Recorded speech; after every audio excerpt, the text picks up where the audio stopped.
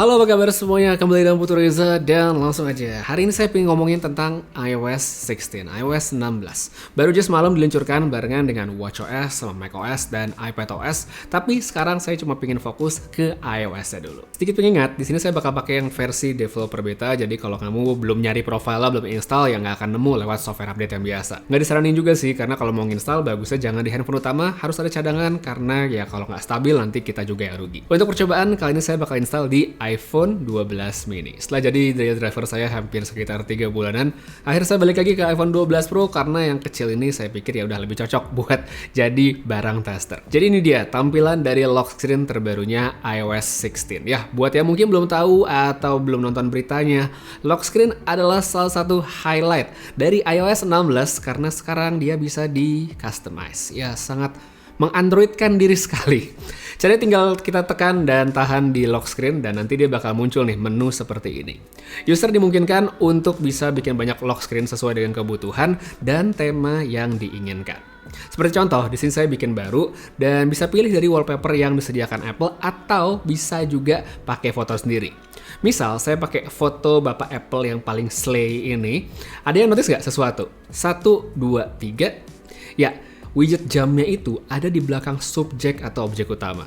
Ini menarik sih, karena Apple bisa memberikan efek depth dari sebuah foto sekalipun itu hanya sebuah screenshot atau foto lain yang tidak diambil menggunakan iPhone. Seperti contoh di sini saya coba juga dengan foto yang diambil menggunakan Oppo Find X5 Pro, ada juga dengan Samsung Galaxy S22 Ultra, semua bisa memanfaatkan fitur depth effect ini. Habis itu untuk waktunya kita di sini bisa pilih font serta warna. Font ada beberapa variasi, cuma menurut saya untuk sekarang opsinya nih masih pada jelek ya banyak kan. Paling nggak menurut saya sediain gitu font default kayak iOS sebelumnya buat mereka yang nggak pengen ganti atau sediain tombol resize lah paling nggak supaya kita bisa ngatur ukurannya. Abis itu selain soal tampilan di tiap-tiap lock screen ini kita juga bisa hubungkan dengan profile focus. Jadi misal saya pilih satu lock screen terus saya sambungkan dengan fokus gaming, nanti susunan home screen-nya aplikasi-aplikasinya itu bakal berubah. Kalau saya balik ke yang default nanti dia bakal ikutan ganti. Ya cukup membantu cuman mungkin nggak semua orang sih bakal pakai. Udah deh, itu doang sebenarnya kalau dari soal lock screen dan saya sebenarnya ngarep banget nanti di rilisan finalnya stok wallpaper itu yang default dari Apple dibanyakin karena untuk sekarang yang tersedia di iOS 16 versi developer beta ini dikit banget dan gambarnya menurut saya dikit banget yang bagus. Banyakan gak bagusnya. Paling gak itu buat selera saya. Lanjut sekarang kita masuk ke bagian home screen. Di sini ada yang beda banget, sebenarnya enggak sih ya. Palingan sekarang itu ada tombol search buat buka spotlight ya di bawah tengah gini. Kemudian di iOS 16 ini, iPhone yang tidak terhubung dengan Apple Watch itu juga bakal dapat aplikasi fitness untuk ngitung langkah. Sebagai perbandingan, ini adalah fitness app di iPhone 12 mini tanpa pairing ke Apple Watch dan ada juga iPhone 12 Pro dengan Apple Watch. Yang terhubung dengan Apple Watch itu lingkarannya ada 3, sedangkan yang tanpa Apple Watch itu cuma ada 1. Kemudian kita lanjut ke bagian keyboard. iOS 16 sekarang bisa kita aktifkan haptic feedback-nya. Jadi kalau kita ngetik itu ada getar-getar tipis dan saya sih suka karena enak aja gitu pasti pakai. Habis itu ada juga fitur dictation yang ditingkatkan sama Apple. Kalau kita sebelumnya ngomong sambil ngedikte itu keyboardnya nggak kelihatan. Sekarang di iOS yang baru, ketika kita ngomong keyboardnya masih ada. Jadi kalau kita mau ganti antara ngomong sama ngetik ya itu lebih gampang. Berikutnya ada fitur yang namanya live text dan visual lookup. Awalnya ini sebenarnya kelihatan kayak fitur yang kecil aja sih, tapi pas saya coba dan berandai-andai skenario pemakaian ternyata ini bisa kepake banget. Poin yang pertama yang ditambah Apple adalah kemampuan untuk membaca teks dalam video. Jadi misal ada video yang ingin kita copy paste teksnya itu bisa langsung tinggal di pause terus di copy. Untuk sekarang saya tes di YouTube ini belum bisa, tapi kalau dari video yang ada di galeri fotos kita pause itu bisa langsung kita copy teksnya tanpa perlu harus screenshot seperti dulu. Yang lebih menarik kalau buat saya sebenarnya adalah fitur live text di bagian kamera. Kalau di versi sebelumnya fitur ini kan lebih berat untuk ya fungsinya copy paste doang. Sekarang fiturnya nambah karena kita bisa langsung mengonversi mata uang seperti harga dan juga menerjemahkan. Kayak Google Lens lah, tapi ini langsung di aplikasi kameranya Apple. Fitur ini bisa diakses lewat aplikasi foto galeri dan kalau saya lihat dan dibandingkan dengan iOS yang sebelumnya, kemampuan deteksi teksnya itu makin bagus. Oh ya, selain soal teks, iOS 16 juga memungkinkan user untuk menyeleksi objek maupun subjek dari sebuah gambar. Fitur ini menurut saya ajaib banget ya, karena bisa dikatakan ajaib soalnya cara pakainya gampang dan hasilnya nggak jelek. Langkah pertama, kita tinggal masuk ke foto yang diinginkan. Seperti di sini saya contohnya si foto kucing ini. Saya tinggal tekan sebentar, ditahan, abis itu digeser. Gambarnya langsung kelihatan ya, otomatis terseleksi dan itu bisa kita pindah-pindahin. Misal itu gambarnya saya pingin taruh di chat DM Instagram, ya udah tinggal saya geser, taruh, langsung bisa dikirim. Kerennya lagi, kita bisa menyimpan gambar yang terpisah ini dengan format PNG, PNG, dan backgroundnya transparan. Tinggal kita geser dan drop ke aplikasi Files dan siap dipakai. Ini tuh ya nggak cuma buat kucing doang, tapi bisa juga untuk orang maupun benda. Hasilnya ya bisa dikatakan relatif rapi, meskipun nggak akan sebagus seleksi manual kalau kita pakai kayak Photoshop misalnya. Tapi buat saya ini sebenarnya udah memudahkan banget untuk hal yang sebenarnya nggak butuh detail lebih, kayak misalnya buat yang mungkin pengen bikin scrapbook atau bikin stiker WhatsApp. Tetap ini menurut saya adalah fitur yang keren. Sisanya sebenarnya ada fitur yang namanya family sharing, di mana kita akan memudahkan sebagai orang tua untuk mengatur akses gadget ke anak atau keluarga lainnya. Cuma karena sekarang cuma ada satu iPhone dengan iOS 16 jadi belum bisa dites.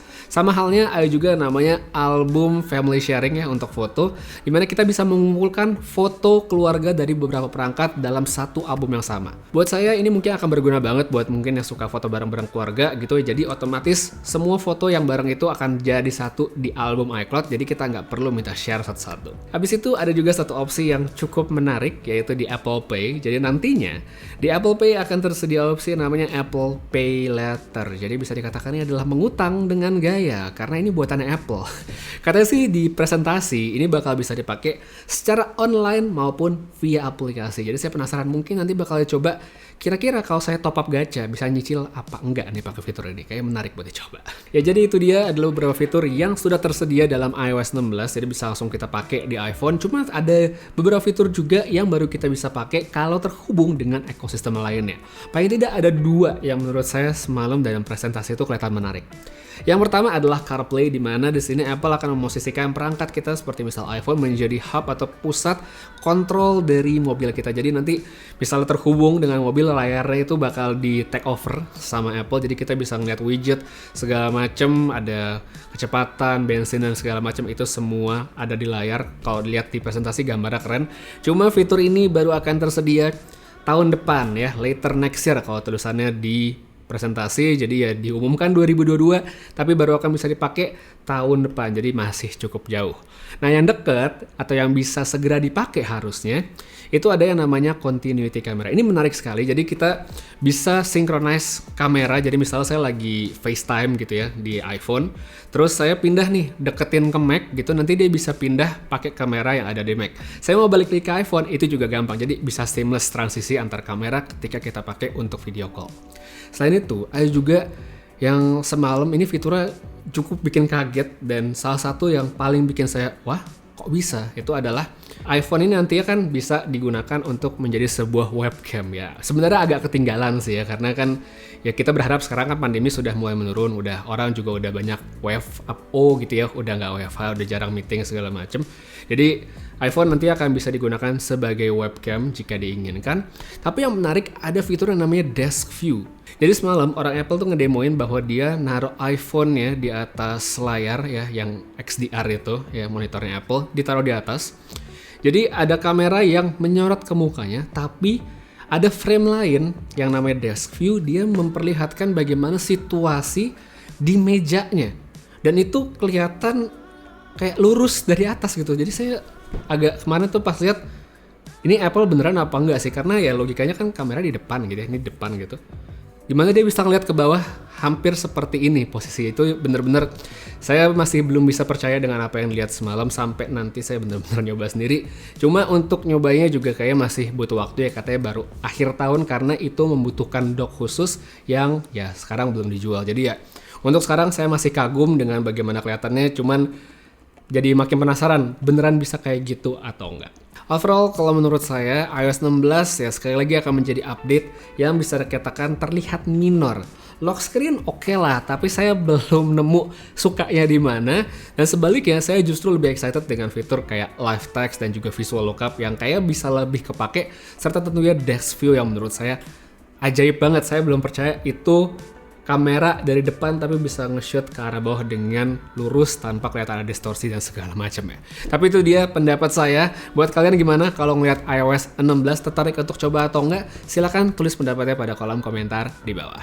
Untuk sekarang kayak segitu aja dulu videonya. Terima kasih banyak yang nonton sampai habis, dan next saya bakal ngomongin tentang iPadOS. Saya lagi coba-coba. Awalnya saya tuh sebenarnya pingin bikin video untuk merekomendasikan iPad saya yang lama yang udah 2 tahun. Cuma gara-gara pengumuman iOS semalam dan fitur-fiturnya, akhirnya saya akan meralat video tersebut karena ternyata bisa dikatakan Apple akan pelan-pelan menyingkirkan atau membunuh si iPad tanpa chip M1. Kenapa ya nanti bakal saya bahas di video, jadi jangan lupa untuk subscribe supaya nggak ketinggalan videonya. Udah, saya pamit, sampai ketemu lagi di video berikutnya, dan seperti biasa, have a nice day.